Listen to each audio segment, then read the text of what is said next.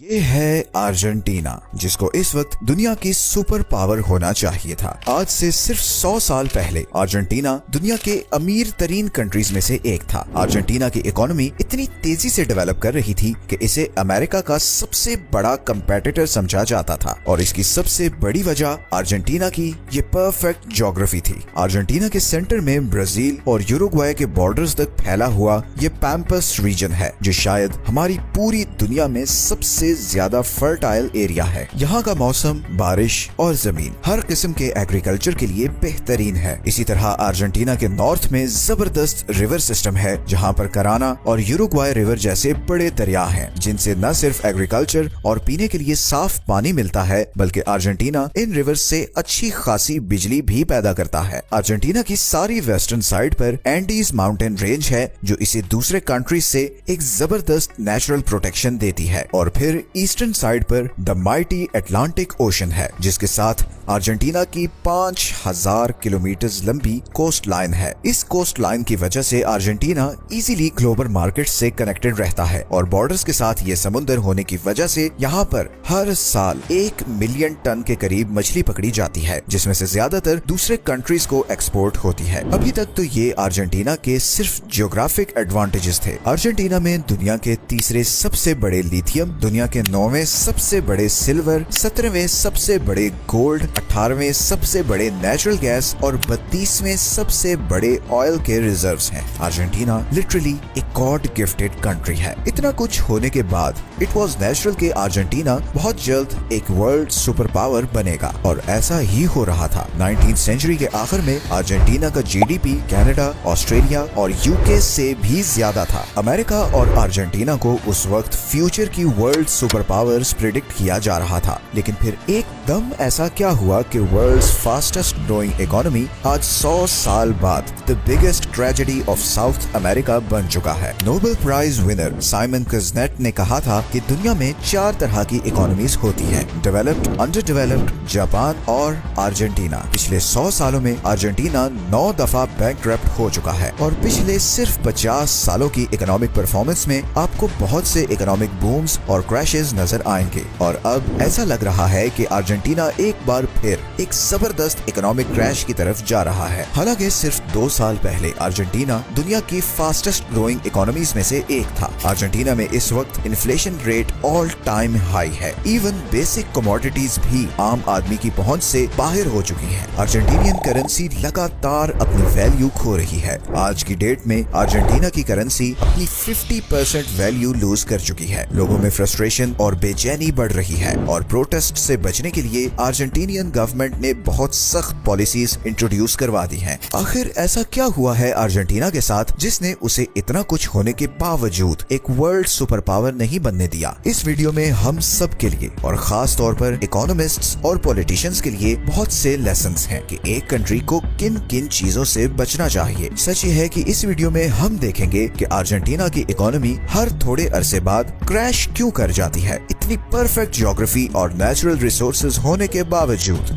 Argentina की कहानी समझने के लिए हमें 100 साल पीछे जाना पड़ेगा जब अर्जेंटीना अपने एग्रीकल्चर की वजह से पूरी दुनिया में मशहूर हो रहा था। 20th सेंचुरी के शुरू में दुनिया की आबादी बढ़ रही थी और जहां सब कंट्रीज फूड शॉर्टेज का शिकार थे, वहीं अर्जेंटीना इस पैम्पस की फर्टाइल जमीन में भरपूर इरिगेशन करके पूरी दुनिया को फूड सप्लाई कर रहा था। ये इतना प्रॉफिटेबल काम था कि यूरोप के अमीर तरीन लोग अर्जेंटीना माइग्रेट करने लगे और अपने साथ वो ढेर सारा पैसा भी लेकर आए ताकि उससे वो अर्जेंटीना का इंफ्रास्ट्रक्चर भी यूरोप जैसा बना सकें, क्योंकि उन्हें यूरोप जैसी फैसिलिटीज अर्जेंटीना में भी चाहिए थी। अर्जेंटीना का इंफ्रास्ट्रक्चर, इकोनॉमी सब कुछ बूम कर रहा था। अर्जेंटीना के कैपिटल बुएनोस आयरेस को साउथ अमेरिका का पेरिस कहा जाने लगा। उस वक्त अर्जेंटीना की एग्रीकल्चरल इंडस्ट्री में इन्वेस्ट करना ऐसा था जैसे आज क्रिप्टो करेंसीज में इन्वेस्ट करना है। किसी को कुछ समझ नहीं आ रहा था कि हो क्या रहा है, बट क्योंकि बहुत से लोग अमीर हो रहे थे तो हर कोई अर्जेंटीना में पैसा लगाना चाहता था। 1920s तक अर्जेंटीना और अमेरिका दोनों की इकोनॉमीज बराबर आ चुकी थी।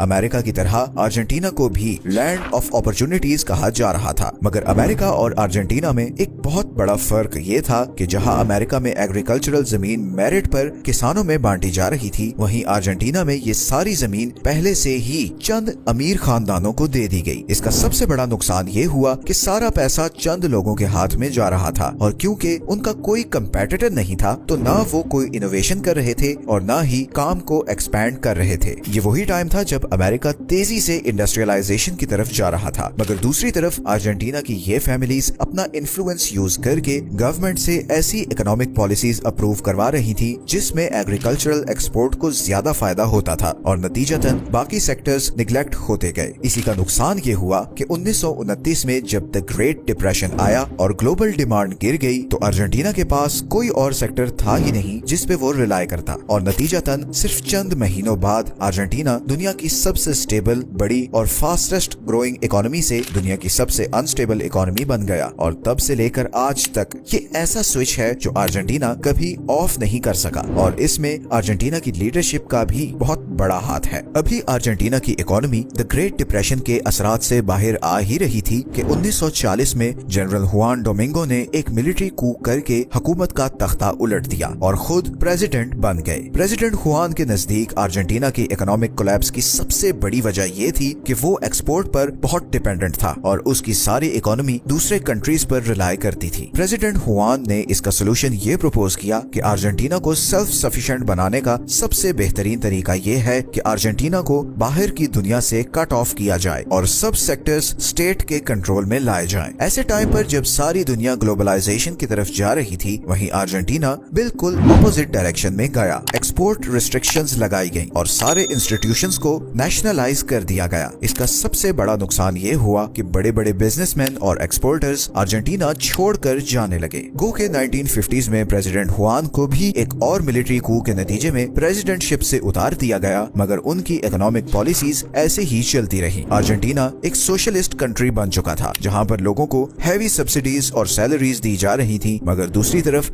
नेशनलाइजेशन की वजह से गिनती की सिर्फ चंद इंडस्ट्रीज में जॉब अपॉर्चुनिटीज थी, बाकी प्राइवेट बिजनेसेस ना होने के बराबर थे क्योंकि सब इन्वेस्टर्स अर्जेंटीना छोड़कर दूसरे कंट्रीज में चले गए थे। अब जब इकोनॉमी पैसा जनरेट ही नहीं करेगी तो आप लोगों को बेनिफिट्स कहां से दोगे? और क्योंकि अर्जेंटीना के लोग एक हाई सैलरी और हाई स्टैंडर्ड ऑफ लिविंग के आदी हो चुके थे, तो गवर्नमेंट के पास वापसी की कोई ऑप्शन नहीं थी। इसी कमी को पूरा करने के लिए अर्जेंटीना की गवर्नमेंट्स ने एक तो लोन्स लेना शुरू कर दिए और दूसरा ज्यादा से ज्यादा पैसा प्रिंट करना शुरू कर दिया। इसका सबसे बड़ा नुकसान ये हुआ कि अर्जेंटीना में जबरदस्त इन्फ्लेशन होना शुरू हो गई। जाहिर है जब आप IMF और वर्ल्ड बैंक जैसे इंस्टीट्यूशन से लोन्स लें तो उनकी कुछ कंडीशंस होती हैं, जैसे कि इतने अरसे में लोन की इंस्टॉलमेंट इस इंटरेस्ट रेट पर वापस करनी है। ये लोन वापस करने के लिए गवर्नमेंट के पास एक ऑप्शन तो ये होती है कि वो टैक्सेस लगाकर रेवेन्यू जनरेट करे और दूसरी ये कि वो पैसा प्रिंट करे। इन दोनों का नुकसान ये होता है कि चीजों की प्राइसेस बढ़ जाती हैं। पैसा जब ज्यादा प्रिंट होता है तो लोग खर्चते ज्यादा हैं, जिसकी वजह से डिमांड बढ़ती है और जब डिमांड बढ़ती है तो प्राइस भी बढ़ जाती है। एक तरफ अर्जेंटीना इस लोन और मनी प्रिंटिंग वाले साइकिल में फंसता और दूसरी तरफ पॉलिटिकल इंस्टेबिलिटी भी पीक पर थी। हर कुछ साल बाद गवर्नमेंट चेंज हो रही थी। 1980s तक अर्जेंटीना में इकोनॉमिक सिचुएशन बदतरीन हो चुकी थी और इससे अटेंशन डाइवर्ट करने के लिए अर्जेंटीना की मिलिट्री डिक्टेटरशिप ने 1982 में फॉकलैंड आइलैंड पर अटैक कर दिया, जिसमें उसे कोई खास कामयाबी नहीं हुई और उल्टा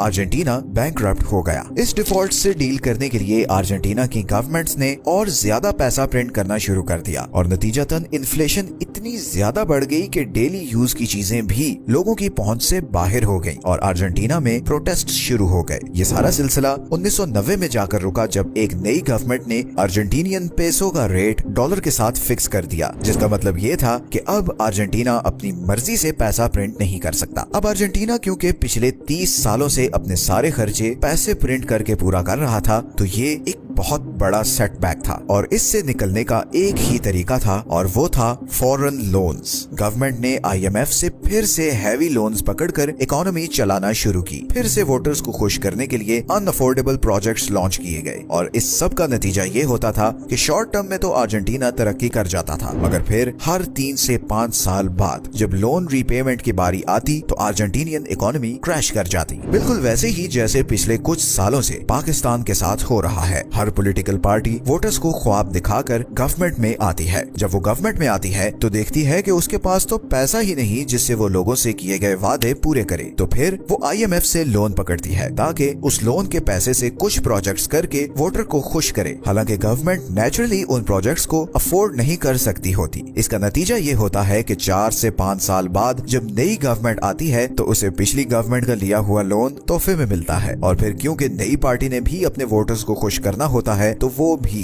IMF से मजीद लोन्स पकड़ती है और नतीजतन वो कंट्री लगातार कर्ज के दलदल में फंसता चला जाता है। पिछले 20 सालों में ऐसा ही कुछ अर्जेंटीना के साथ भी हुआ। अर्जेंटीना में बूम आता है मगर 3 से 5 साल बाद फिर इकोनॉमी क्रैश कर जाती है और अभी फिर ऐसा लग रहा है कि अर्जेंटीना एक बार फिर एक जबरदस्त इकोनॉमिक कोलैप्स की तरफ बढ़ रहा है। इससे बचने के लिए सबसे पहले अर्जेंटीना को अपने एक्सपेंसेस कंट्रोल करने होंगे, लोगों की रियलिस्टिक एक्सपेक्टेशंस सेट करनी होंगी और IMF लोन्स को ना बोलना होगा। इसके शॉर्ट टर्म में तो कॉन्सिक्वेंसेस जरूर होंगे। शॉर्ट टर्म में लोगों को सैक्रिफाइस देना पड़ेगी, सैलरीज कम हो जाएंगी, टैक्सेस बढ़ जाएंगे, बेनिफिट्स भी कम हो जाएंगे, मगर इवेंचुअली लॉन्ग टर्म में अर्जेंटीना इस डेट साइकिल से बाहर आ जाएगा। दूसरा, अर्जेंटीना को ग्लोबल ट्रेड के लिए अपने आप को ओपन करना होगा। इतनी जबरदस्त मैरीटाइम पोजीशन होने के बावजूद अर्जेंटीना का ग्लोबल ट्रेड का शेयर बहुत ही कम है। इस ट्रेड को बढ़ाने के लिए अर्जेंटीना को अपना एग्रीकल्चर सेक्टर रेवोल्यूशनाइज करना होगा ताकि न्यू टेक्नोलॉजी अडॉप्ट की जा सके। वो जो दुनिया से कट ऑफ होने की पॉलिसी थी उसे अब फाइनली खत्म करना होगा, बिकॉज इस ग्लोबलाइजेशन की एज में दूसरों से कनेक्टेड हुए बगैर आप इनोवेशन नहीं कर सकते। तीसरी चीज है पॉलिटिकल स्टेबिलिटी। जब तक आप पॉलिटिकल स्टेबिलिटी गारंटी ना करें तब तक उस कंट्री में कोई इन्वेस्टमेंट नहीं आ सकती। जिस कंट्री के बारे में आपको कल का ना पता हो आप वहाँ पैसा